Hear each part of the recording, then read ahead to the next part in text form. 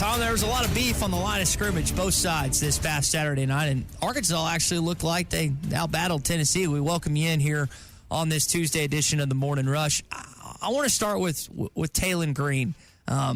Coach Pittman talked about last week he wanted to get his quarterback confident. He didn't feel like he was necessarily confident. I know he went out late with that injury to his knee, but what did you think about where Taylen was with this team and this offense on Saturday night? Oh, good morning, guys. It's always a pleasure, particularly after a big win that Razorback fans have been waiting for so long in a close game. It's amazing to me, probably one of the biggest factors in the game that was pretty amazing was you go 2 consecutive games where you're having trouble keeping Taylen in the pocket, protected, and he's on the move, and then you suddenly – your guys win more one-on-one battles. The communication's better. I think the coaches did a fantastic job of having the players believe we can pull this scheme off. We can hold out this line. I mean, he was worried that the big 340-pounders, the tackles for Tennessee, were going to push the pocket in and, really squeeze Taylen. But they held him out. The edges held up. Fernando Carmona's alignment of the week. Mm-hmm. And Taylen Green could stay in the pocket against a very good, legit defensive front. So that was a tremendous improvement. And, you reflect back on the season and maybe a little better protection against A&M. You can win that game. And then, of course, they gave away the game against Oklahoma State. So you're looking at a team that's, believes they can go out any given week and compete with whoever is across that field, and I think we saw that at Razorback Stadium Saturday. Tom, you've got some marquee games remaining in Razorback Stadium. From what you saw Saturday night, you think this team's going to pull out another one or two of them? Where are you at right now at 4-2? Well, if you're a fan, if you're just an observer, you feel better about it. LSU will be, depending on their outcome against Ole Miss, will still be a well-regarded team with a veteran quarterback. I think that, Marcel Reed at A&M, surrounded by a lot of good talent, he just played within the system, didn't make any mistakes, and A&M beat Arkansas. Nico, on the other hand, I think they put a lot on his plate, and I read through Josh Heupel's comments from his press conference yesterday, and there was a lot of communication problems, and that has to do with the fans. So they rattled Nico, or at least confused him, and they overwhelmed some of the blocking situations, and they really turned Tennessee into a check-down passing team for the most part. It was a phenomenal game plan by Travis Williams. Yeah, but to answer your question, I think they have a better shot at beating Ole Miss, at beating LSU at home, Texas, a very complete team. But I think Sam Pittman and the staff will have that team believing they can win that game, even if they're still number one at that time. Yeah, and 4 of those final 6 are in Fayetteville. One of the 2 games you travel is to Mississippi State, a team that's still winless in the league. Missouri's proven they're beatable. So, even though Texas is number 1 in the country and at the top of the league in a lot of people's thoughts right now, I don't see a game in the last 6 based on the way they played Saturday that you don't feel like you have some kind of path. I'm not saying you'll be a favorite, but some kind of path or way to win each and every one of those games. Not saying they're going 6-0, but I'm just saying there's at least a puncher's chance in every one of these games. And why is that? It's because what we see the product on the field, that the players believe they could go beat in Tennessee, which was very strong in both trenches, both sides of the line. So it's funny, when a schedule comes out, we all look at the schedule and we go, okay, LLW, you go through it. And, that's a tough home schedule for Arkansas. All those teams are going to be ranked. Well, in the big games, in the Power 4 games, they've shown up. They've had good game plans. There's one game you can point to and say, they sleepwalked a little, and that was the UAB game. They got behind pretty big, and they came back and won the game. And since then, UAB hasn't been very strong. But on a given game, with the plan, with the talent they have, Arkansas fans should be very happy that, there's a chance. Now in some of those games that you're like, Texas at home, they'll be up for the game, but can they match Texas's talent? Now fans are more excited about that. And, even like the closing game against Missouri. So when the schedule comes out, you're like, I hope they have 6 wins before then, if they want to go bowling.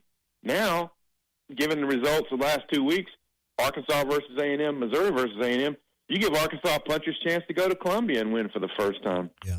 What's your gut tell you about Taylen Green? MCL issue. We're not going to hear from Coach other than the teleconference, and I'm not expecting him to reveal much, but what do your instincts tell you about him and his availability for the LSU game in a week and a half? Well, yeah, all we can go on is the visual evidence, and I haven't heard anything, super alarming. I know that they're going to keep whatever it is, try to keep it under wraps, so LSU might be somewhat surprised. The fact that he went back in the game, okay, he was tackled, but did the knee sustain any further issue?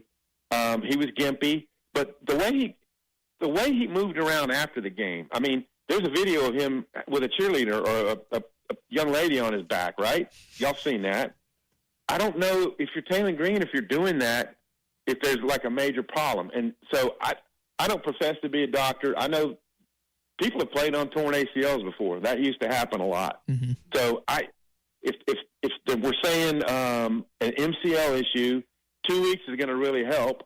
But I would hesitate to be, extremely committed to saying he's going to be available against LSU. Our conversation every Tuesday with Tom Murphy of Whole Hog Sports, Arkansas Democrat-Gazette, is brought to you by the Arkansas Beef Council. I also saw that video of Jaquindon Jackson running on the field. I know people are wondering about him since he didn't play much in the fourth quarter, but looked like it was okay from that standpoint.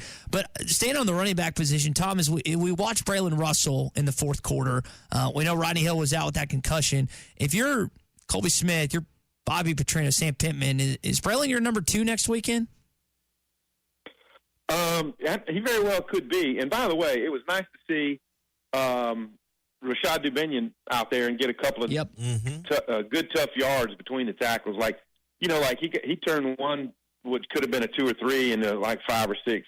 That was good to see. Jaquindon Jackson has been a phenomenal. Like, you look at reasons why Arkansas upgraded over last year. He's a big reason.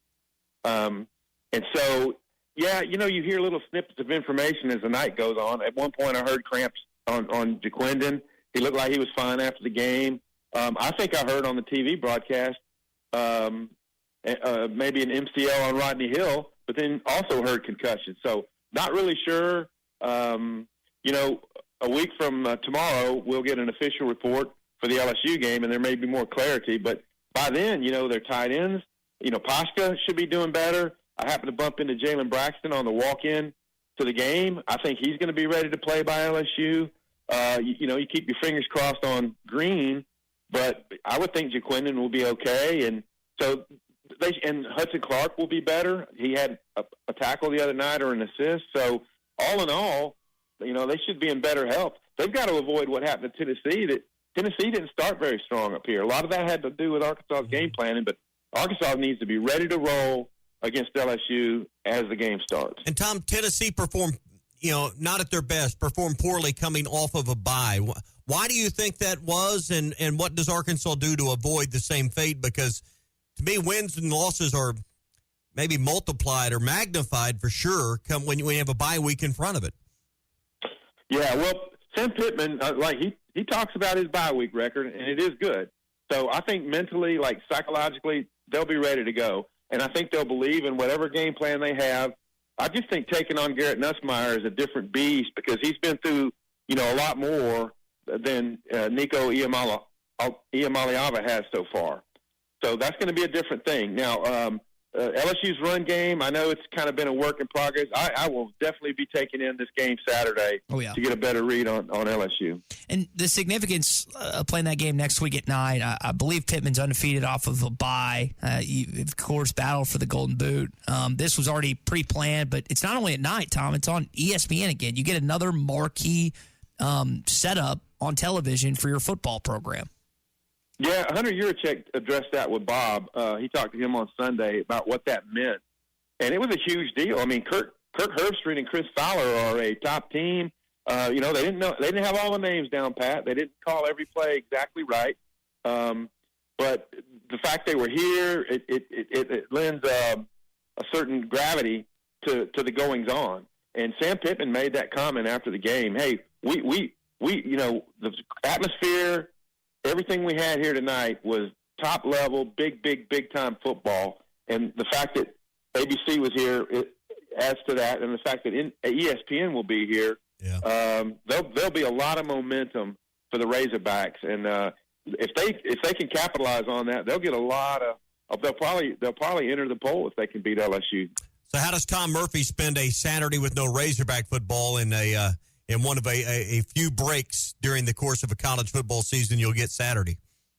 Don't have it exactly planned yet. I am a big fan of having the multi-view on and just I absorb a ton of college football. I'll listen to Sirius XM Channel 84, which goes around the country and pops in on all the games with the team broadcast, which is really neat.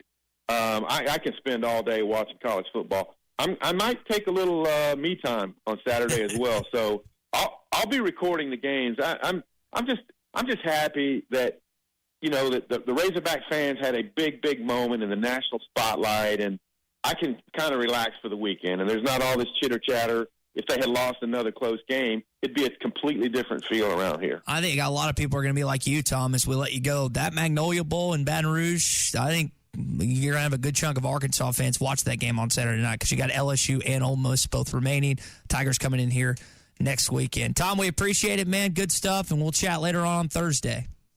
Sounds good. See y'all. BetOnline is your #1 source for all your betting needs. Get the latest odds, lines, and matchup reports for baseball, boxing, golf, and more. BetOnline continues to be the fastest and easiest way to place your wagers, including live betting and your favorite casino and card games available to play right from your phone. Head to the website or use your mobile device to sign up today and get in on the action. Remember to use our promo code BELIEVE, that's BLEAV, for your 50% welcome bonus on your first deposit. Bet online, where the game starts.